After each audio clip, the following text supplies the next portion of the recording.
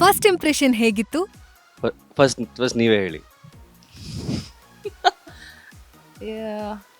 ಲಕ್ಷ್ಮೀ ಬಾರಮ್ಮ ಸೆಟ್ಟಿಗೆ ಬಂದರು ಆಡಿಷನ್ಸ್ ಕೊಡೋದಕ್ಕೆ. ಸೊ ಇವ್ರು ನೋಡಿದ ತಕ್ಷಣ ಯಾರು ಚೈಲ್ಡ್ ನನ್ನ ಮಗ ಹಿಂಗವನಲ್ಲ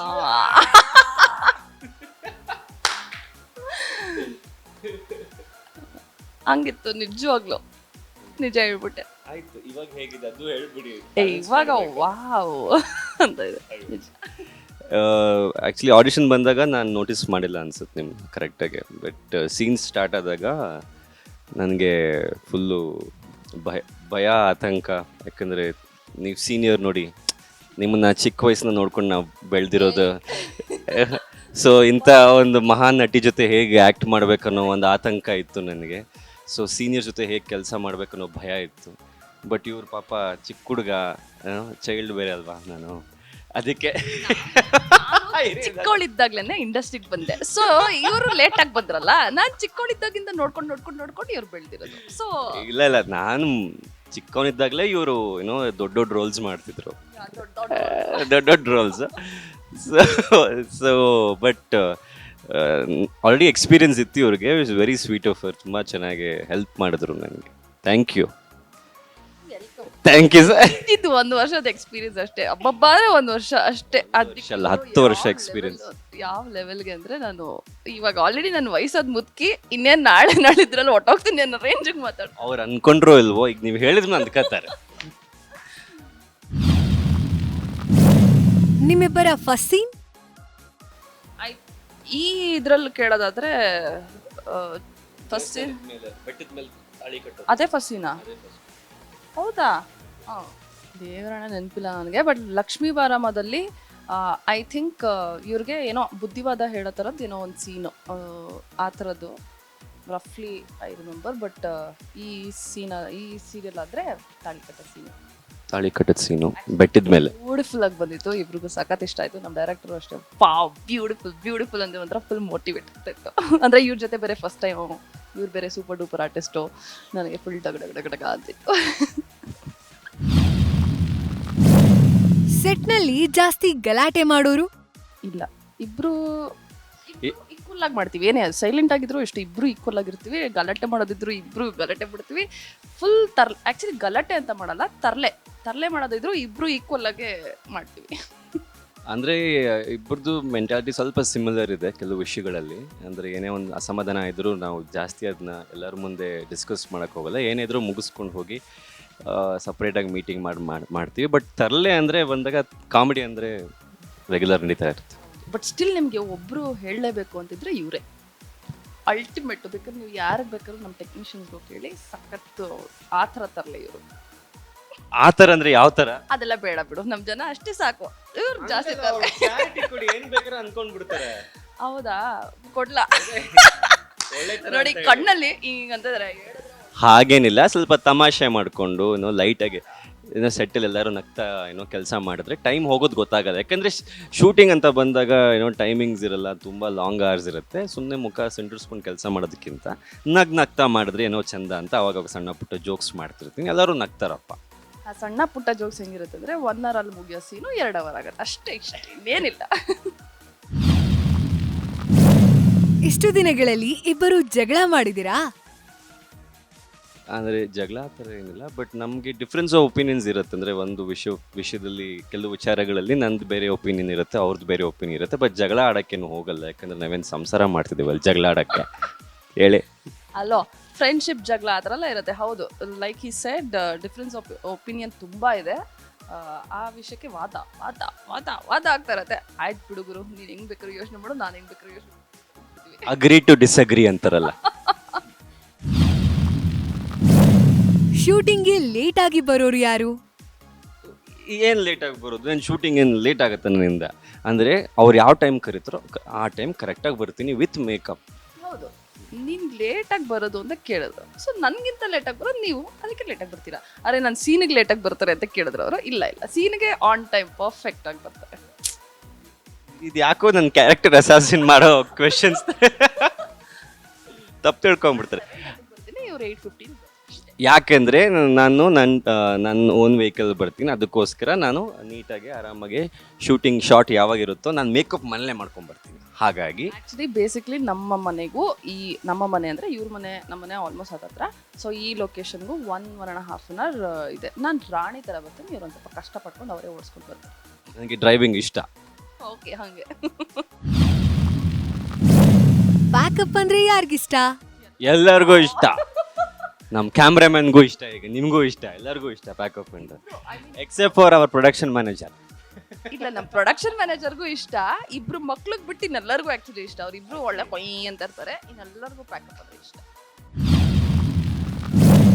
ಇಬ್ಬರಿಗೆ ಸಿಕ್ಕಿರೋ best compliment? I think I never expected Girija Sangam love ಇಷ್ಟ್ರ ಮಟ್ಟಿಗೆ ಇಷ್ಟಪಡ್ತಾರೆ ಜನ ಅಂತ. ಬಿಕಾಸ್ ಆಲ್ರೆಡಿ ಇವರು ಬೇಜಾನ್ ಕಡೆ ಲವ್ ಮಾಡ್ಬಿಟ್ಟು ಸಖತ್ ಹೆಸರು. ನಮ್ಮಿಬ್ರು ರ್ಯಾಪು, ನಮ್ಮಿಬ್ರು ಆಸ್ ಅ ಕಪಲ್ ಹೆಂಗ್ ನೋಡ್ತಾರೆ ಅಂತ ನನಗೆ ಅಂದ್ರೆ ನೀವು ರೊಮ್ಯಾಂಟಿಕ್ ಅಂದ್ರೆ ಆಸ್ ಅ ಕಪಲ್ ನೀವು ಆಲ್ರೆಡಿ ತುಂಬಾ ಫೇಮಸ್ ಆಗೋಗ್ಬಿಟ್ಟಿದ್ರು. ಸೊ ಮತ್ತೆ ಅದನ್ನ ಬ್ರೇಕ್ ಮಾಡಿ ಇದು ಮುಂದೆ ಬರುತ್ತಾ ಅನ್ನೋದೊಂದು ನನಗೆ ತುಂಬಾ ಡೌಟ್ ಇತ್ತು. But ಲಕ್ಕಿಲಿ it worked out and it's beautiful characters. ಈಗ ಆಮೇಲೆ ಬ್ರೇಕ್ಗಿಂತ ಹೆಚ್ಚಾಗಿ ಏನಾಗುತ್ತೆ ಅಂದರೆ ಒಂದ್ಸಲ ಆಡಿಯನ್ಸ್ಗೆ ಒಂದು ವಿಷಯ ಆಗಲಿ ಅಥವಾ ಪಾತ್ರಗಳು ಕುತ್ಕೊಂಡ್ಬಿಟ್ರೆ ಅದು ತಲೆಯಿಂದ ಹೋಗ್ಸೋದು ಕಷ್ಟ ಆಗುತ್ತೆ, ಅಥವಾ ಎಕ್ಸೆಪ್ಟೆನ್ಸ್ ಬೇರೆ ಏನೇನು ಮಾಡಿದ್ರೆ ಅದನ್ನ ಎಕ್ಸೆಪ್ಟ್ ಮಾಡೋಕ್ಕೆ ಇಷ್ಟಪಡಲ್ಲ. ಬಟ್ ನಾವು ಏನೋ ಇನಿಷಿಯಲಿ ಒನ್ ಮಂತ್ ಏನೋ ಇತ್ತು ಅನ್ಸುತ್ತೆ ನಮ್ಮ ಪಾತ್ರ, ಗಿರಿಜಾ ಮತ್ತು ಸಂಗಮ್ದು ಹಳ್ಳಿ ಪೋರ್ಷನ್. ಬಟ್ ಆ ಒಂದು 1 ಮಂತಿನ ಫುಟೇಜ್ಗಳನ್ನ ಇವಾಗಲೂ ಹಾಕೊಂಡು ರೀಲ್ಸ್ ಮಾಡ್ತಿದ್ದಾರೆ. ದಟ್ ಮೀನ್ಸ್ ಅವ್ರಿಗೆ ಇಷ್ಟ ಆಗ್ತಿತ್ತು. ಅವರಷ್ಟೇ ಅಲ್ಲ, ನಮ್ಮ ಸೀರಿಯಲಲ್ಲೂ ಅದನ್ನ ರಿಪೀಟಲ್ಲಿ ಆಗ್ತಾನೆ ಇರ್ತಾರೆ. ಸೊ ಯಾ, ಖುಷಿ ಆಗತ್ತಾ ಆ ಫುಟೇಜಸ್ನ ನೋಡಿದಾಗ. ಚೆನ್ನಾಗಿ ಎಡಿಟ್ ಮಾಡ್ತಾರೆ, ಎಲ್ಲರಿಗೂ ತುಂಬ ಥ್ಯಾಂಕ್ಸ್. ಯಾ, ಥ್ಯಾಂಕ್ಸ್. ಯಾರಿಗೆ ರೆನ್ಯುಮರೇಷನ್ ಜಾಸ್ತಿ? ಇವ್ರಿಗೆ, ನಮ್ಮ ಸೀನಿಯರ್ ಅಲ್ವಾ. ನಿಮ್ಮೆಲ್ಲರಿಗೂ ಗೊತ್ತಿರೋ ಹಾಗೆ ತುಂಬ ವರ್ಷದಿಂದ ಮಾಡ್ಕೊಂಡು ಬಂದಿರೋ, ನಾನು ಚಿಕ್ಕ ವಯಸ್ಸಿಂದ ನೋಡ್ಕೊಂಡು ಬಂದಿರೋ, ನನ್ಗೆ ಹೆಂಗೆ ಜಾಸ್ತಿ ಇರೋ. ನನಗೆ ನಿಜವಾಗ್ಲೂ ಗೊತ್ತಿದ್ದಿದ್ರೆ ನಿಜ ಹೇಳ್ಬಿಡ್ತಿದ್ದೆ ಇವಾಗ. ಬಟ್ ನಿಜವಾಗ್ಲೂ ಯಾವತ್ತೂ ಡಿಸ್ಕಸ್ ಮಾಡಿಲ್ಲ. ಅಂಥ ವಿಷಯಗಳು ನಾನು ಮಾತಾಡಬಾರ್ದು. ಬಟ್ ಆದ್ರೆ ಏನು ಗೊತ್ತಾ, ಇವರು ಬೆಲೆ ಕಟ್ಟಕ್ಕಾಗಲ್ಲ ಅಂತ ಆರ್ಟಿಸ್ಟ್. ಕೆಲಸ ಮಾಡಿದ್ದು ಒಂದು ಎಕ್ಸ್ಪೀರಿಯನ್ಸ್ಗೆ ಯಾರು. ಸೊ ರೆಮ್ಯುನರೇಷನ್ ಎಲ್ಲ ಯಾಕೆ ಮಾತಾಡ್ಬೇಕು ಬಿಡಿ. ಕಂಟಿನ್ಯೂ ಶೂಟಿಂಗ್ ಮಾಡಿದ್ ಯಾವಾಗ? ಮಾಡ್ತಾನೆ ಇರ್ತೀವಿ. ಸೀರಿಯಲ್ ಅಂದಮೇಲೆ ಹಂಗೆ ಕಂಟಿನ್ಯೂಸ್ ಶೂಟಿಂಗ್ ಇದ್ದೇ ಇರುತ್ತೆ. ಯಾಕಂದರೆ ಪ್ರತಿದಿನ ನಿಮ್ಮ ಮನೆಗೆ ಬರಬೇಕು ಅವರ, ನಾವು ಪ್ರತಿದಿನ ಶೂಟಿಂಗ್ ಮಾಡ್ತಾನೆ ಇರ್ಬೇಕು. ಹೆಚ್ಚು ಕಡಿಮೆ ಬಹುಶಃ ಒಂದು ತಿಂಗಳಲ್ಲಿ ಏನೋ ಒಂದು 10 ದಿವಸ ರಜಾ ಇರುತ್ತೆ. ಅದೊಂಥರ ರಜಾ ಥರ ಇರಲ್ಲ, ಅದೊಂಥರ ಹೇಳ್ಕೊಳಕ್ಕಾಗ್ದಿರೋಂಥ ಒಂದು ಸಮಸ್ಯೆ ಬಿಡಿ. ಶೂಟಿಂಗ್ ಇರುತ್ತೆ, ಬಟ್ ಲೊಕೇಶನಿಂದನೂ ಏನೋ ವಿಚಾರಗಳನ್ನ ಕ್ಯಾನ್ಸಲ್ ಆಗುತ್ತೆ. ಸೊ ಮೆಂಟಲಿ ಪ್ರಿಪೇರ್ಡ್ ಕೆಲಸ ಮಾಡೋಕ್ಕೆ, ಬಟ್ ದೆನ್ ಅವತ್ತು ರಜಾ ಕೊಟ್ಬಿಡ್ತಾರೆ. ಸೊ ಮೆಂಟ್ಲಿ ಹಂಗೆ ಇರ್ತೀವಿ. ಸೊ ಅದು ರಜಾ ಅಂತಲೂ ಅನ್ಸಲ್ಲ ಅದು. ಹಾಗೆ ಒಟ್ಟಿನಲ್ಲಿ ಬ್ಯಾಗ್ ಹಿಂಗೆ ಹಿಡ್ಕೊಂಡು ರೆಡಿಯಾಗಿರ್ಬೇಕು, ಕರೆದ ಹೋಗೋಣ ಆ ಥರ. Serial is like that. Correct. ಯಾವ ವಿಚಾರಕ್ಕೆ ಇಬ್ರು ಕೋಪ ಮಾಡ್ಕೊಳ್ತೀರಾ? ಡಿಸಾನೆಸ್ಟಿ ಇದ್ರೆ ಕೆಲವೊಂದ್ಸಲ ಇಲ್ಲ ಅಂದರೆ ಕೋಪ ಬರುತ್ತೆ. ಎಷ್ಟೇ ತರಲೆ ಮಾಡಿದ್ರು, ಸಣ್ಣ ಪುಟ್ಟ ಏನೋ ಕಾಮಿಡಿ ಮಾಡಿದ್ರು ಕೂಡ ಕೆಲಸ ಅಂತ ಬಂದಾಗ ಸ್ವಲ್ಪ ಸೀರಿಯಸ್ ಆಗಿ ಮಾಡ್ತೀವಿ. ಅದು ಅಕಸ್ಮಾತ್ ಎಲ್ಲದ ಲ್ಯಾಕಿಂಗ್ ಅಂದರೆ ಬೇಜಾರಾಗುತ್ತೆ. ಬಟ್ ನಮ್ಮ ಸೆಟ್ಟಲ್ಲಿ ಯಾರೂ ಆ ಥರ ಇಲ್ಲ. ಸೊ ಕೋಪ ಕಡಿಮೆನೆ. ಹಾಂ, ಜನರಲಿ. ಶೂಟಿಂಗ್ ಸಾಕು ಅಂತ ಅನ್ಸಿದ್ಯಾ? ಕಂಟಿನ್ಯೂಸ್ 3-4 ದಿನ ನೈಟ್ ಶೂಟ್ ಆಗ್ಬಿಟ್ರೆ ಅನ್ಸುತ್ತೆ. ಅದು ಸಹಜ. ಬಟ್ ಆ್ಯಕ್ಷನ್ ಅಂದಿದ ತಕ್ಷಣ ಅದೆಲ್ಲ ಮರ್ತೋಗುತ್ತೆ. ಬಟ್ ಸಹಜ ಅನ್ಸೋದಂತೂ, ಸುಳ್ಳಂತೂ ಹೇಳಲ್ಲ, ನಿಜ ಅನ್ಸುತ್ತೆ. ಬಟ್ ಅದೊಂಥರ ಆ್ಯಕ್ಷನ್ ಅಂದಿದ ತಕ್ಷಣ ಒಂಥರ ಫುಲ್ ಬೇರೆ ಜೋಶ ಬಂದ್ಬಿಡುತ್ತೆ. ನೋಡಿದವ್ರಿಗೆ ಅನ್ಸ್ಬೇಕು ಇಷ್ಟೊತ್ತಾಗ ಆ್ಯಕ್ಟಿಂಗ್ ಮಾಡ್ತಿದ್ದ ಇವಳು ಅಂತ. ಬಟ್ ಐ ಥಿಂಕ್ ಸೂರ್ಯನಲ್ಲೂ ನಾನು ಅದನ್ನೇ ನೋಡಿರೋದು ಅಂತ ಇರ್ತಾರೆ. ಬಟ್ ಆ್ಯಕ್ಷನ್ ಅಂದಿದ ಫುಲ್ಲು ನೆಕ್ಸ್ಟ್ ನನಗೆ ಮತ್ತೆ ಈ ಚಾನ್ಸ್ ಸಿಗಲ್ಲ ಅನ್ನೋ ರೇಂಜಿಗೆ ಆ್ಯಕ್ಟಿಂಗ್ ಮಾಡ್ತಾರೆ. ನಮ್ಮ ಸೀನಿಯರ್ ಜೊತೆ ಈ ಥರ ಒಂದು ಹೊಗಳಿಕೆ, ಥ್ಯಾಂಕ್ ಯು ಸೋ ಮಚ್. ಹಿಂಗೆ ಅವಾಗ ಬಂದು ಬೇರೆ ಕಾಲು ಮುಟ್ತಾ ಇರ್ತಾರೆ. ಆಶೀರ್ವಾದ ತಗೋಬೇಕಲ್ಲ. ಬಟ್ ಬೇಸಿಕ್ಲಿ ಸಾಕು ಅಂತ ಅನ್ಸಲ್ಲ. ಬರೀ ಅದು ಒಂದು ಏನಂತಾರೆ, ಟೈಮಿಂಗ್ ಚೇಂಜ್ ಆದರೆ ಮಾತ್ರ. ಬಿಕಾಸ್ ನಮ್ಮ ಹೋಲ್ ಸೈಕಲ್ಲೇ ಚೇಂಜ್ ಆಗಿಬಿಡುತ್ತೆ ನೈಟ್ ಶೂಟ್ಸ್ ಇದ್ದಾಗ. ಹಂಗಲ್ಲ ನಾನು ಹೇಳ್ತಾ ಇರೋದು, ನೈಟ್ ಶೂಟ್ಸ್ ಮಾಡ್ತಾನೆ ಇದ್ರೆ ಈಗ ನೆಕ್ಸ್ಟ್ ನಮಗೆ 2 ಕಂಟಿನ್ಯೂಸ್ ಡೇಸ್ ನೈಟ್ ಶೂಟ್ಸ್ ಇದೆ. ನಾನು ಫುಲ್ ಮೆಂಟಲಿ ಪ್ರಿಪೇರ್ ಆಗಿ ನಿಮಗೆ ಎಂಟರ್ಟೈನ್ ಮಾಡ್ತೀನಿ, ಡೋಂಟ್ ವರಿ. ಯಾರು ಊಟನೇ ತಿನ್ನಲ್ಲ? ಇಬ್ರು ಚೆನ್ನಾಗಿ ಬರೆಸ್ತೀವಪ್ಪ. ಇವತ್ತಾನೆ ತಿಂತಿದ್ವಿ ಪನ್ನೀರ್ ಕಬಾಬ್. ಓ ಹಾಗೆಲ್ಲ ಮೋಸ ಮಾಡ್ಕೊಳಲ್ಲ ಹೊಟ್ಟೆಗೆ. ಯಾರಿಗೆ ವೆಜಿಟೇರಿಯನ್ ಆಗಲ್ಲ? ಹಂಗೇನಿಲ್ಲಪ್ಪ, ಊಟ ಸಿಗೋದೇ ದೊಡ್ಡ ವಿಷಯ. ಅದ್ರಲ್ಲಿ ವೆಜ್ ನಾನ್ ವೆಜ್ ಯಾಕೆ ನೋಡ್ಬೇಕು? ಏನ್ ಸಿಗುತ್ತೋ ಅದನ್ನ ತೃಪ್ತಿಯಾಗಿ ತಿನ್ಕೊಂಡು ಮಜಾ ಮಾಡ್ಕೊಂಡಿರ್ತೀವಿ. ಇದಕ್ಕೊಂದು ಕ್ಲೋಸ್ ಅಪ್ ಹಾಕಿ, ಒಂದು ಝೂಮ್ ಹಾಕಿ, ಇದಕ್ಕೆ ಝೂಮ್ ಹಾಕ್ಬಿಟ್ಟು ಒಂದು ಒಳ್ಳೆ ಟೊಯ್ ಮ್ಯೂಸಿಕ್ ಹಾಕಿ ಅದನ್ನ ಬ್ಲ್ಯಾಕ್ ಅಂಡ್ ವೈಟ್ ಮಾಡ್ಬಿಡಿ ಆ ಫ್ರೇಮ್. ನಿಜ ತಾನೇ? ಸೀರಿಯಸ್ಲಿ ಎಷ್ಟೋ ಜನಕ್ಕೆ ಪಾಪ ಊಟ ಸಿಗಲ್ಲ. 100%. ಬಟ್ ಅದೇ ಅವಾಗೆಲ್ಲ ಇತ್ತು ಚಿಕ್ಕ ವಯಸ್ಸಲ್ಲಿ ಇದೇ ಇಷ್ಟ ಅದು ಇಷ್ಟ ಇಲ್ಲ ಅಂತ. ಬಟ್ ಇವಾಗ ಫುಡ್ ಕರೆಕ್ಟ್ ಆಗಿದ್ರೆ ಸಾಕು.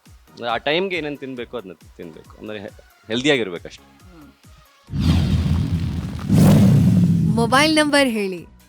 P P P P P P P P P P P P P ನಮ್ಗೆ 0000000. ಲಾಂಗ್ ಲೀವ್ ಹಾಕಿರೋದು ಯಾರು? ಹಲೋ. ತಾಯಿ ತಾವು ಹೌದಾ? ಯಾರು ಟ್ರಾವೆಲ್ ಮಾಡ್ತಿರೋದು? ಹೌದು ಹೌದು. ಹೌದಾ? ಒಂಥರ ನಾನೇ ಆ್ಯಕ್ಚುಲಿ ಜಾಸ್ತಿ ಟ್ರಾವೆಲಿಂಗ್ ಮಾಡೋ ಹುಚ್ಚು ನನಗೆ. ಸೊ ರಜೆ ತಗೊಂಡು ಓಡಾಗೋದು ಅಷ್ಟೇ. ಇವ್ರು ಇನ್ನ ಹನಿಮೂನ್ ಆಚರಿಸ್ತಿದ್ದಾರೆ. ನಮಗೆ ಮಕ್ಕಳಾಗ್ಬಿಟ್ಟೈತಲ್ಲ, ಸೊ ಮಕ್ಳ ಜವಾಬ್ದಾರಿ ಕರ್ಕೊಂಡು ಎಲ್ಲೂ ಹೋಗಕ್ಕಾಗಲ್ಲ ನಮ್ಗೆ. ಇವ್ರು ಇನ್ನೂ ಹನಿಮೂನ್ ಮಾಡ್ಕೋತಿದ್ದಾರೆ, ನನಗಿಂತ ಮುಂಚೆ ಮದುವೆ ಆದ್ರು. ತಡೀರಪ್ಪ, ಇಷ್ಟರಲ್ಲಿ ನಾನು 4 ರಜೆ ತಗೊಂಡು ಇವರು 2 ತಗೊಂಡಿರ್ತಾರೆ, ಇಲ್ಲ 1 ತಗೊಂಡಿರ್ತಾರೆ. ಸೊ ಇವರು ವರ್ಷಕ್ಕೆ ಒಂದು ತಗೋತೀನಿ. ಬಟ್ ಈ ವರ್ಷಕ್ಕೆ 3-4 ಹನಿಮೂನ್ ಟ್ರಿಪ್ ಮಾಡಿ ಮತ್ತೆ ಹೋಗೋದು ಬೇಡವಾ? ಇಲ್ಲ ಖಂಡಿತ ಭಾಳ ಖುಷಿ ಆಗತ್ತೆ, ಇನ್ಸ್ಪೈರಿಂಗು. ಹೊಟ್ಟೆ ಅವ್ರಿ ನಮಗೆ ಆಗ್ತಿಲ್ವಲ್ಲ ಅಂತ. ನಾನು ಗಂಡನ ಜೊತೆನೂ ಹೋಗ್ತೀನಿ, ಕಸಿನ್ ಜೊತೆನೂ ಹೋಗ್ತೀನಿ, ಒಳ್ಳೆ ಗ್ಯಾಂಗ್ ಜೊತೆನೂ ಹೋಗ್ತೀನಿ. ಗಂಡನ ಜೊತೆ ಜಾಸ್ತಿ ಹೋಗೋದು. ಇನ್ಯಾ ಅಂದ್ರೆ ಹಂಗೆ ಹೇಳ್ತಿಲ್ಲ ನಾನು, ನಿಮ್ ಕಸಿನ್ಸ್ಗೂ ಕಂಪೇರ್ ಮಾಡಿದ್ರೆ ಗಂಡನ ಜೊತೆ ಜಾಸ್ತಿ ಹೋಗೋದು ಅಂತ. ನನ್ನ ಗಂಡನ ಜೊತೆನೇ. ಅದೇ ನಿಮ್ಮ ಗಂಡನ ಜೊತೆ ನನ್ ಗಂಡ ಇದ್ದಾನ, ನಾನು ಆ ಟೈಪ್ ಅಲ್ಲ. ಆಯ್ತು, ನಾನೇ ಆಯ್ತಾ. ಯಾರು ಹೆಚ್ಚು ಬ್ಯೂಟಿ ಕಾನ್ಶಿಯಸ್? ಇದು ಸುಮ್ಮನೆ ಸುಮ್ಮನೆ ಹಿಂಗ ಹೌದು ಅಂತ ಒಪ್ಕೊಂಡ್ಬಿಡು ಅಷ್ಟೇ. ಈಗ ಏನು ಮಾತಾಡ್ಬೇಕು ಅದಲ್ಲ, ನಾವು ಕಲಾವಿದ್ರು ಮೇಂಟೈನ್ ಮಾಡಬೇಕು ಸ್ಕಿನ್ ಎಲ್ಲ. ಇವ್ರಿಗೆಲ್ಲ ನ್ಯಾಚುರಲ್ ಆಗಿ ಚೆನ್ನಾಗಿರ್ತಾರೆ, ನ್ಯಾಚುರಲ್ ಆಗಿ ಬ್ಯೂಟಿಫುಲ್ ಆಗಿದ್ದಾರೆ. ಸೊ ನಾವು ಸ್ವಲ್ಪ ರಿಪೇರಿ ಮಾಡ್ಕೊತಾ ಇರಬೇಕು, ಸರ್ವಿಸ್ ಕೊಡ್ತಾ ಇರಬೇಕು. ಇದು ನಿಜವಾಗ್ಲು. ಸೊ ಅದಕ್ಕೆ ಸ್ವಲ್ಪ ಮೇಂಟೈನ್ ಮಾಡ್ತೀವಿ, ಅಂದ್ರೆ ಸ್ವಲ್ಪ ಲೈಟಾಗಿ, ಅಷ್ಟು ಇಲ್ಲ. ಬಟ್ ಮೇಂಟೈನ್ ಮಾಡೋದು ಓಕೆ ಗುರು, ಆದ್ರೆ ಇವಾಗ ಶೂಸ್ ಬಿಚ್ಚೋದೇ ಇಲ್ಲ ಇವರು. ನೀವ್ ಬೇಕಾದ್ರೆ ನೋಡಿ ಯಾವ ಸೀನಲ್ಲೂ ಅವ್ರು ಯಾವಾಗ್ಲೂ ಶೂಸ್ ಹಾಕೊಂಡಿರ್ತಾರೆ. ಅಪ್ಪಿ ತಪ್ಪಿ ಶೂಸ್ ಏನಾದ್ರು ಬಿಚ್ಚಬೇಕು ಅಂತ ಇದ್ಬಿಡ್ಲಿ, ಅಯ್ಯೋ ಕಾಲು ಅಂತ ಒದ್ದಾಡ್ತಿರ್ತಾರೆ. ಆಮೇಲೆ ಸಾಕ್ಸ್ ಎಲ್ಲ ಹಿಂಗೆ ಒದರ್ಕೊಂಡು ಕಾಲೆಲ್ಲ ಒದರ್ಕೊಂಡು. ಯಾಕೆ ಅಷ್ಟೊಂದು ನಾರ್ಮಲ್? ಇಲ್ಲ ಇಲ್ಲ ಇಲ್ಲ, ನನ್ನ ಕಾಲು ನೀಟಾಗಿರ್ಬೇಕು. ಯಾರಿಗೆ ಕಾಲು ನೀಟಾಗಿ ಇರಲ್ವೋ, ಏನಿಲ್ಲ, ಕಾಲು ನೀಟಾಗಿರ್ಬೇಕು ಒಟ್ಟಿನಲ್ಲಿ. ಆಯ್ತು, ನಾವು ಹಳ್ಳಿ ಹುಡುಗಿ ಅಲ್ವಾ? ಹಾಗೇನಿಲ್ಲ, ಹಳ್ಳಿಲಿದ್ರು ಕಾಲು ನೀಟಾಗಿರುತ್ತೆ, ಸಿಟಿಲಿದ್ರು. ಸುಮ್ಮನೆ ಮಾತಿಗೆ ಮುಂಚೆ ಹಳ್ಳಿನ ಇಟ್ಕೋಬೇಡಿ, ಎಲ್ಲ ಅಡ್ವಾಂಟೇಜ್ ತಗೋಬೇಡಿ. ಅಂದ್ರೆ ನಾವು ಮಣ್ಣಿನ ಮಕ್ಕಳು ಅಂತ ಹೇಳ್ತಿರೋದು. ನಾವು ಎಲ್ಲಿಂದ ಹುಟ್ಟಿರೋದು? ನಾವು ನೀವು ಮಣ್ಣಿಂದ ಹುಟ್ಟಿಲ್ಲ, ಆಕಾಶದಿಂದ ಬಿಡುವ ನಾವು. ಒಂಥರ ಹಂಗೆ ಆಡ್ತಾರೆ ಇವರು. ಇಲ್ಲ